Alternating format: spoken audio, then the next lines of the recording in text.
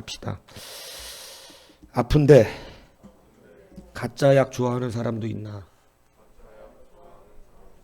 아픈데 가짜 약 좋아하는 사람도 있나? 물어봤어요. 어때요? 아프면 가짜 약 좋아하냐? 이해찬? 너 아프면 가짜 약 먹냐? 아프면 진짜 약 먹어야 되냐? 가짜 약 먹어야 되냐? 진짜 약 먹어야 되냐? 어떤 네가 너무 아파갖고 약을 샀는데 이 약사가 아주 못된 인간인 거라. 그래가지고 약이 하나를 다 먹어야 낫는데 이 약사가 거짓말로 반쪽은 밥알을 붙여놓고 한알처럼 파는 거야. 그래서 그걸 사다 먹으면 병이 낫겠어 안 낫겠어? 어? 안 낫겠지? 그럼 너 그 약사 어떻게 하겠어? 안 사 먹어? 착하다. 나 같은 고발하겠다. 씨. 자, 그럼 그 약사는 그렇다 치고 미국의 로버트 코니트라고 하는 의사가 돈에 눈이 멀어서 암 환자들에게 처방하는 약을 항생제를 3분의 1만 넣고 나머지는 물로 채웠어요. 그래갖고 약 9년 동안 9만 8천 건의 약물을 희석시켜서 환자들에게 투여했다가 체포가 되었습니다. 이 희석된 약물을 맞은 사람이 200명에 이르고 그 중에는 이 희석된 항암제를 맞고 죽은 사람이 최소 17명. 뭐 이게 다 밝힐 수가 없잖아요. 그것 때문에 죽었다고 다 말할 수는 없는데 분명하게 밝혀진 사람만 최소 17명이 밝혀졌고 그렇게 사기로 돈을 번 것이 무려 1900만 달러, 우리나라 돈으로 약 220억 정도가 됩니다. 30년형을 받고 감옥에 들어갔어요. 정상 용량의 약을 그 사람에게 들어갔다면 치료되었을 사람이 정상적인 약이 들어가지 않고 희석되어서 묽어진 약이죠. 묽어진 항암제가 들어가는 바람에 그냥 죽은 사람만 17명입니다. 최소가 그렇다는 것입니다. 이런 사람 어떻게 할까요, 우리는? 내비둘까요? 여러분, 우리 엄청난 분노가 있을 것입니다. 정말 분노나지 않아요? 사람의 생명 갖고 장난칩니까, 지금? 자기 돈 벌으려고 희석된 약을 집어넣었단 말입니까? 어떻게 생각해, 박은철? 그럼 안 되겠지? 그래도 깨어나가지고 다행히 방송으로 한다니 다행이야. 오늘날 여러분 이런 사람들이 있다면 분명히 이건 살인입니다. 살인. 죽었잖아요. 살인형이죠. 살인죄가 적용됐어요. 한두 명 살인한 게 아니에요. 오늘날 하나님의 말씀이 선포되는 강단에서 이 말씀에 물이 타지는 경우가 너무 많습니다. 정확하게 정량이 들어가야 되는 하나님 말씀을 반토막 내거나 3분의 1 토막 내서 나머지는 물로 희석시킵니다. 이것은 무슨 죄에 해당할까요? 분명히 정량의 말씀이 들어갔다면 살았을 사람인데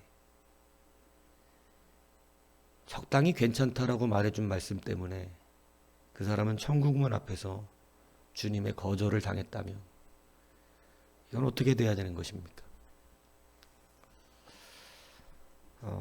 약을 희석시켰다는 것은 굉장히 분노할 일인데 목사가 말씀을 희석시켰다 그러면 좋아합니다. 왜냐하면 사람들의 악성은 우리를 미리 말씀해주고 있는데 오늘 본문이 이사야 30장 10절의 말씀이 선견자들, 말을 하나님 말씀을 증거하는 자들이죠. 하나님 말씀을 전하는 종들에게, 이사야에게, 다시 말하면 오늘 본문은 이사야서니까 이사야에게 백성들이 이렇게 말합니다. 선견하지 말아라. 여기서 선견하지 말아라고 하는 선견은 바른 대로 말하지 말아라 이 뜻입니다. 바른 대로 말하지 말아라. 그래서 이게 어떤 의미가 속뜻이냐면 빛을 비추지 말아라 이 뜻이 있어요. 그러니까 어둠 속에 있는 자에게 선견하지 말라는 얘기는 이 선견이 원래 빛이거든요. 빛을 비추지 말아라. 왜 빛을 비추지 말라는 거죠? 빛 비추면 어떻게 되죠? 우리 요한복음에 나오잖아요. 이 빛을 비추면 어떻게 돼요? 자기가 드러나죠? 빛을 비추지 말아라.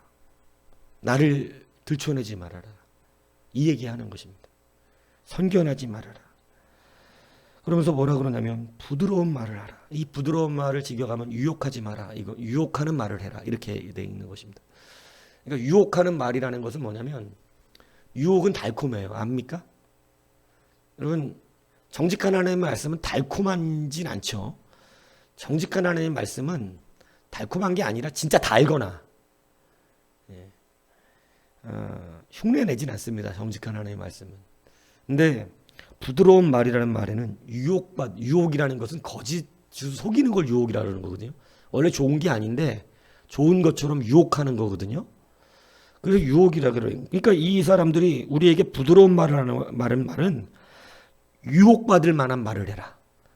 우리가 혹할 수 있는 말을 해라. 이 말이에요. 그러니까 자꾸 그런 말 해봐야 우리 마음만 불편하고 듣고 싶지 않으니 유혹이라는 게 뭐예요? 내가 혹할 수 있는 말을 하라는 거예요. 유혹. 내가 내 마음이 혹할 수 있는 말. 그것을 근거 없는 축복이라고 주석이 돼 있어요.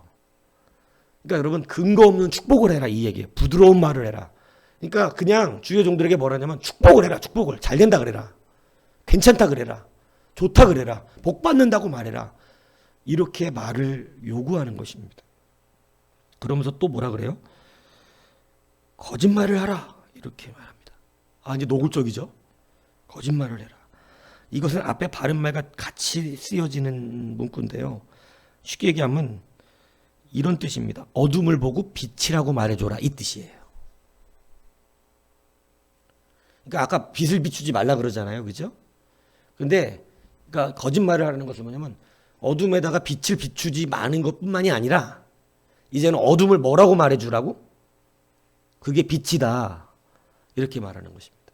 출애굽 1세대가 악하게 모세가 40일 동안 하나님의 이 언약을 받을 때 10계명을 받을 때 40일 동안 안 내려오니까 어떤 일이 벌어졌죠? 어떻게 하죠? 아론을 죽여버리려고 합니다. 모세 안 내려오니까 빨리 애굽으로 돌아갈 신을 만들으라는 거예요. 신을. 그러니까 아론이 큰 죄를 하나 짓는데 하나님 아론을 택하셨기 때문에 참 아론이 안 죽었는데 나중에 그 아들 둘이 죽어요. 근데 여하튼 자기들의 죄로 죽는 것 같으나 다 연결이 되어 있는 것입니다 이게. 근데 그때 여러분 그가 금을 받아다 금송아지를 만들어서 뭐라 그러죠? 이 금송아지가 너희를 애굽에서 인도하여 낸 하나님이라 이렇게 이야기합니다. 이게 뭐냐면 거짓말을 하는 거예요. 어둠을 빛이라고 속이는 유혹하는 말이에요. 백성들이 기분이 좋았어요? 안 좋았어요? 너무너무 좋아서 뭐 했다고 돼 있어요? 춤추면서 노래를 부르면서 막 거기서 그죠? 그 자기네들이 만든 금송아지 하나님한테 경배하고 행복하게 막 춤을 추었습니다. 그들은 행복했는데 하나님은 뭐라 그러셨냐면 그들이 패역해지게 타락했다 얘기했어요. 패역하였다.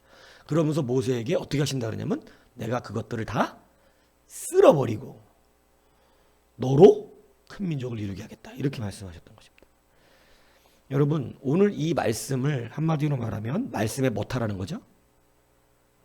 물 타라는 것입니다. 여러분 죽어요. 농담이 아니라 천국문 앞에서 거절당합니다.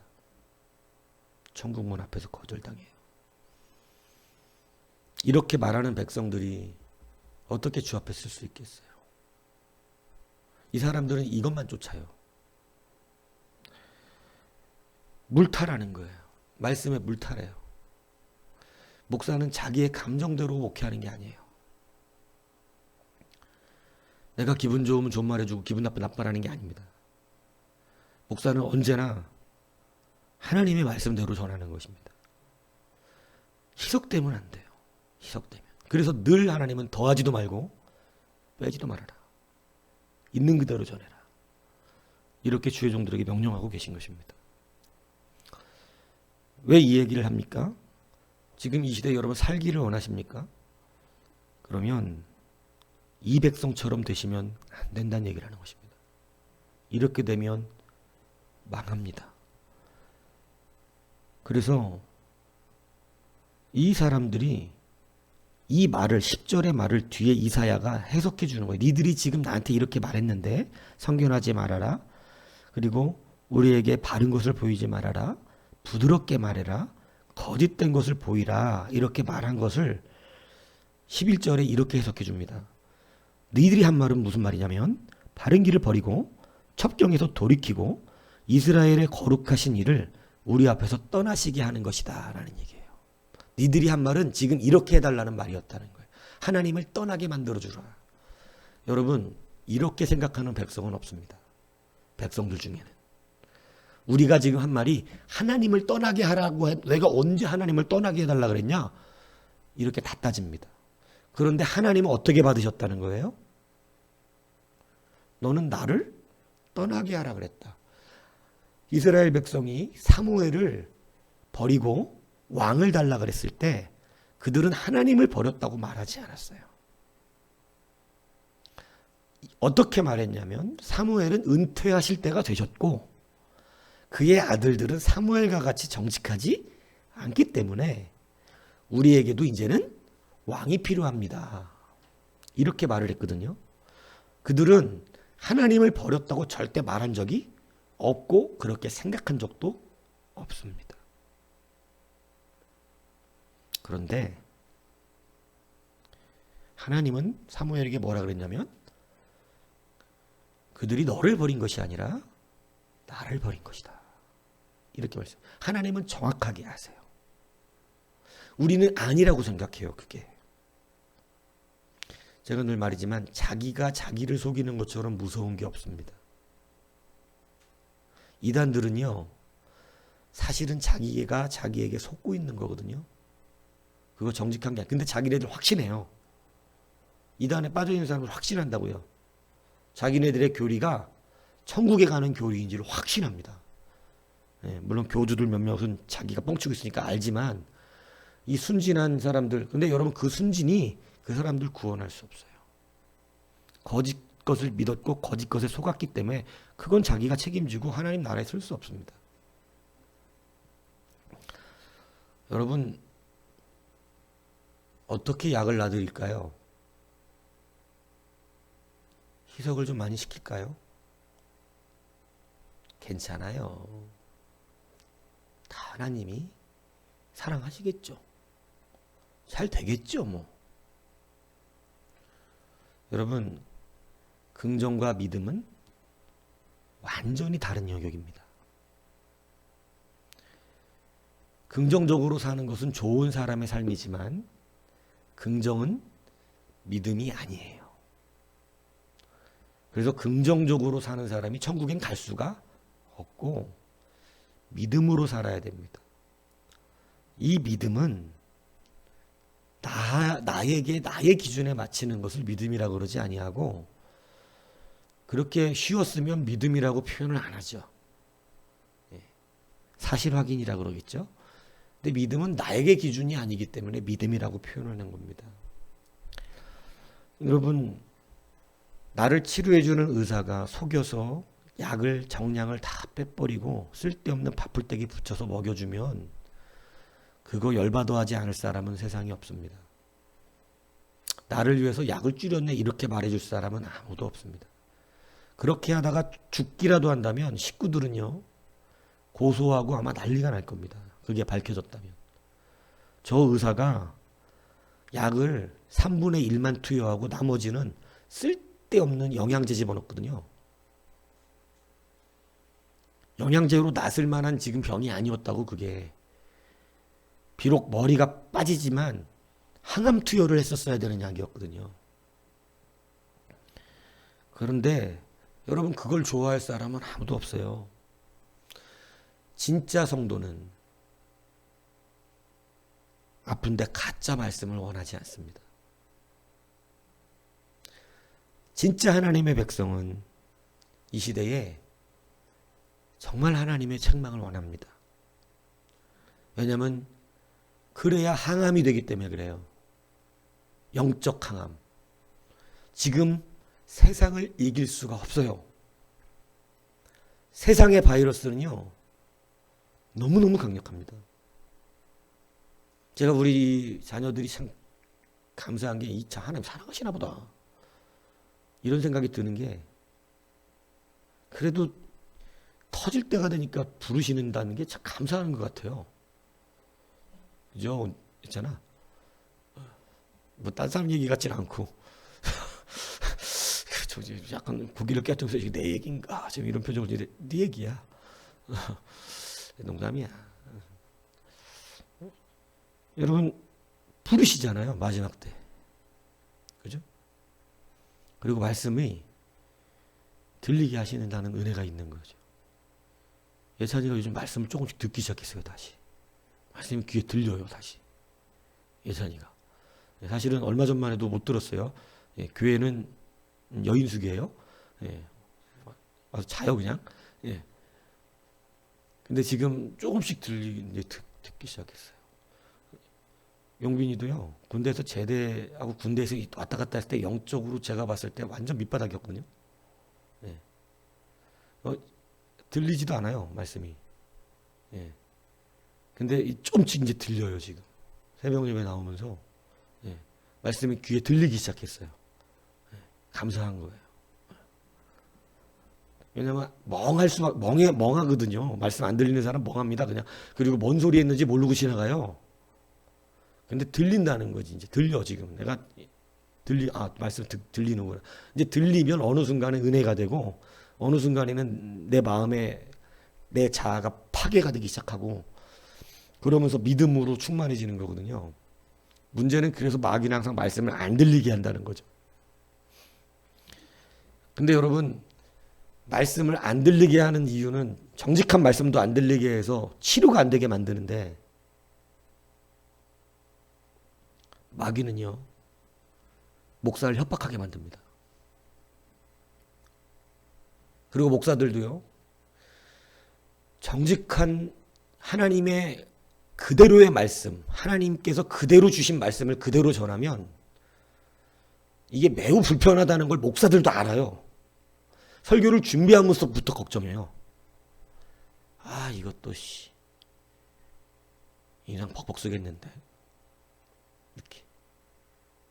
그거 알면 빼죠, 원래. 근데 그거 빼면 하나님이요, 기뻐하지 않습니다. 영을 뺏어가요.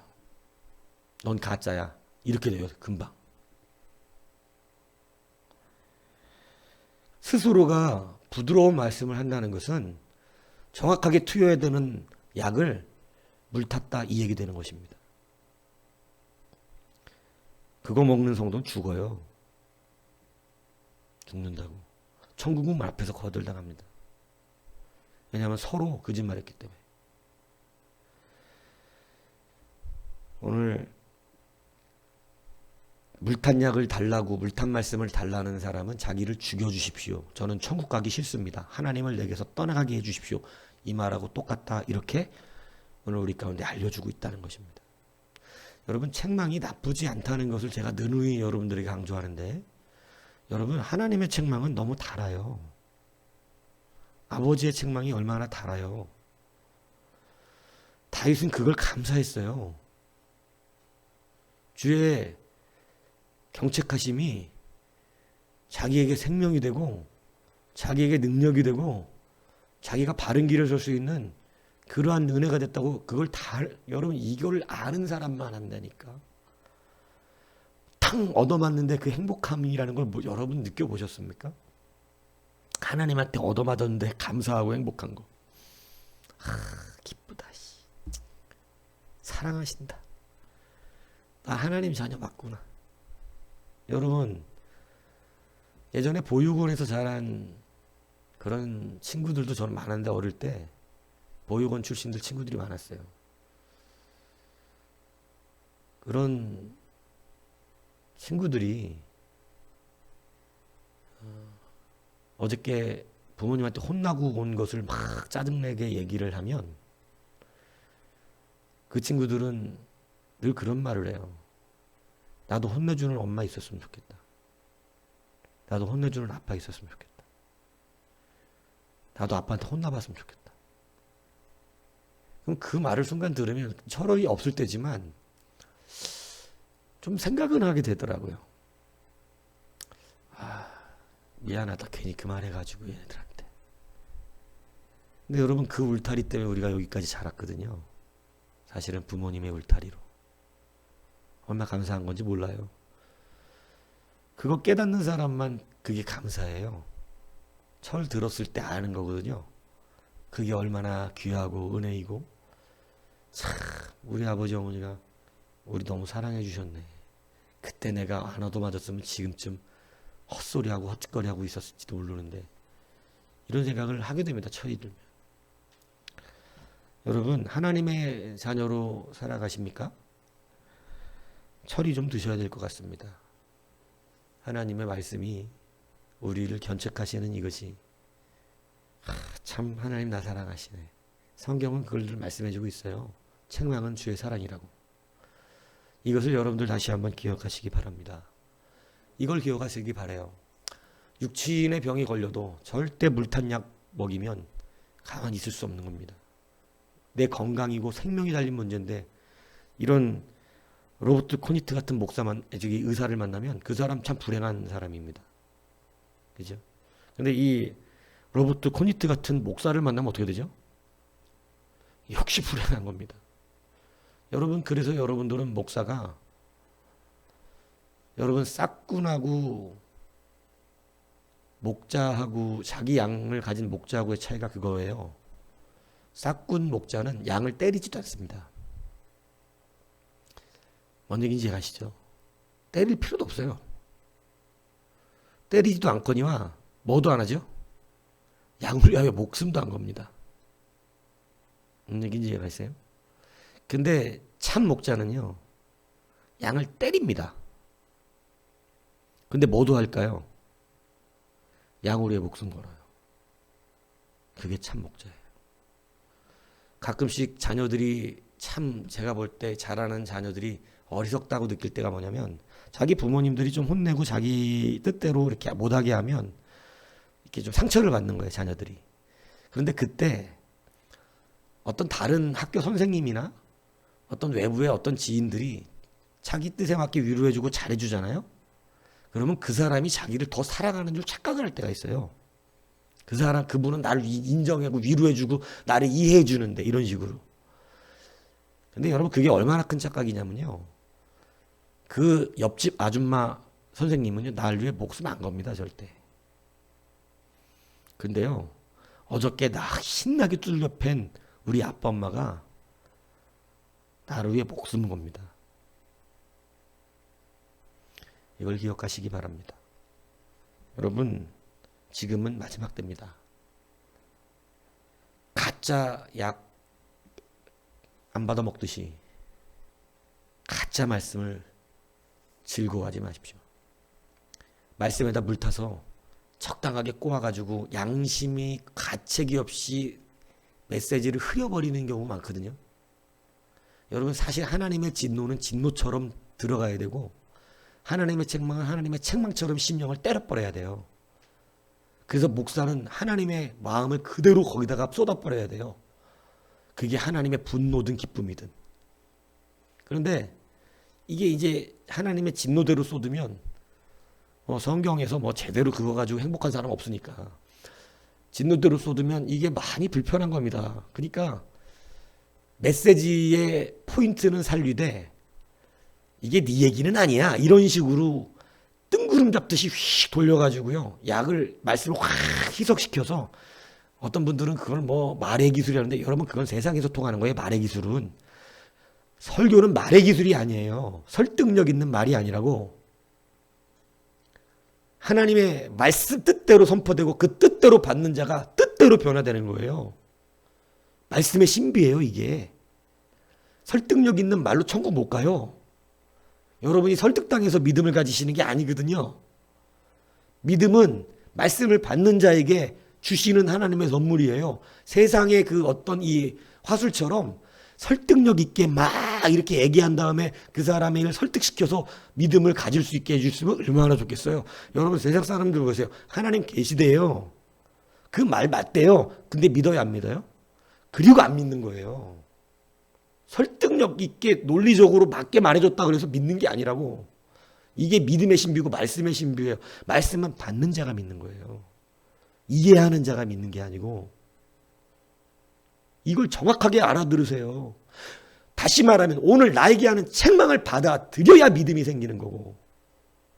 그냥 이해해갖고 저렇게 하면 안 되는 거구나. 저렇게 하면 틀린 인생이고 저렇게 하면 믿음이 아닌 거라는 거구나. 이걸로 되는 게 아니라고. 근데 목사님들이 말씀에 물을 타서 책망을 하는 게 아니라 뭐를 하냐면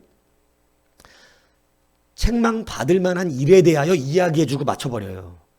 뭔 얘기인지 알아들으셔야 될 텐데. 이렇게 되면 책망을 받는 겁니다 하고, 그러니까 내가 책망받지 않았기 때문에 그것에 대해서 이해를 해. 저렇게 하면 책망을 받는다는구나, 하나님 앞에.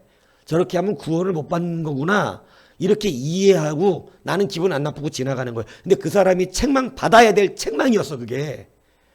그 사람이 책망을 받았어야만 사는 말씀이었다고. 근데 책망하지 않고 뜬구름 잡듯이 의미만 전달하고 지나갔기 때문에 그 사람은 하나님 앞에서 거절당합니다. 그래서 주의 종을 먼저 책망하시고 강단부터 심판하신다는 거예요. 이 단부터. 네가 수없이 거짓말했고 책망하러 갈 때 책망하지 않고 네 마음 불편한 거 싫어가지고 어떻게 했냐면 돌려 말했죠. 돌려서 기분 안 나쁘게. 마치 그 사람 얘기 아닌 것처럼. 그래야 그 사람이 기분 안 나쁠 테니까. 근데 아니에요. 기분이 100번 1000번 나빠도 책망 받은 다음에 살 수밖에 없어요. 말씀은 받아야 믿음이 생기기 때문에. 이해하는 건 받은 게 아니에요. 그렇죠? 이 말씀이 지금 알아들으시겠나요? 뭔 말인지? 말씀은 책망은 책망대로 책망한 게 말씀이야. 이렇게 하면 책망 받는 것에 대하여 설명한 게 말씀이 아니고.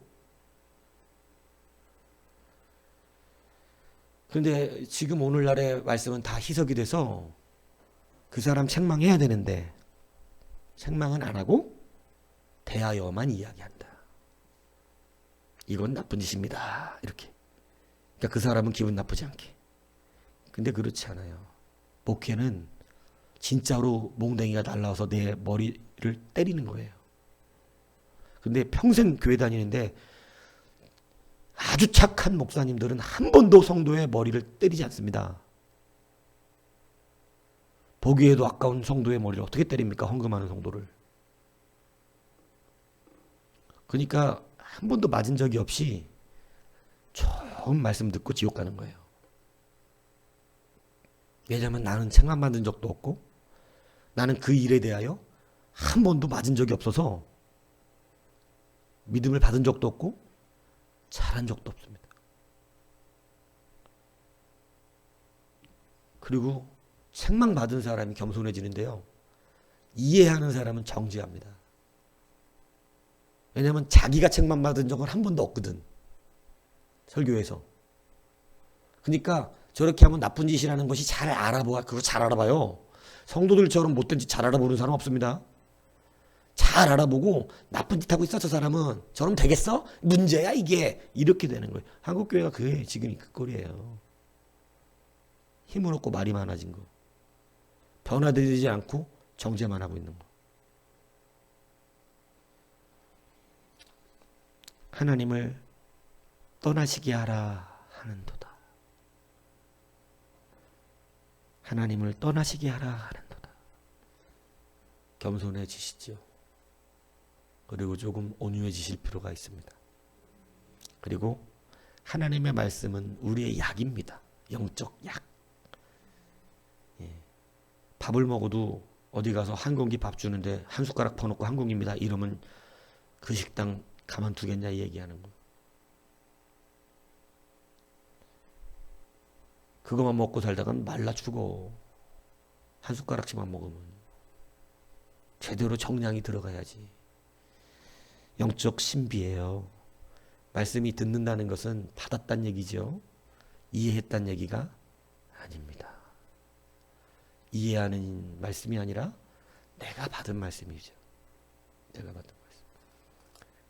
그렇게 따지면 밥을 먹지는 않고 보기만 했다 이 얘기가 된다는 거지. 뭐 자린구비 같은 사람은 그 자린구비 알죠? 생선 매달아 놓고 아이고 짜다 이러고 밥만 먹는 사람. 예? 부자 된다 그러던데 그렇게 하면. 예. 부자는 될지 모르겠는데 생선 맛이 뭔지는 몰라. 먹어본 적이 없어 죽을 때까지. 자, 여러분 아픈데 가짜 약 좋아하는 사람도 있나? 없습니다.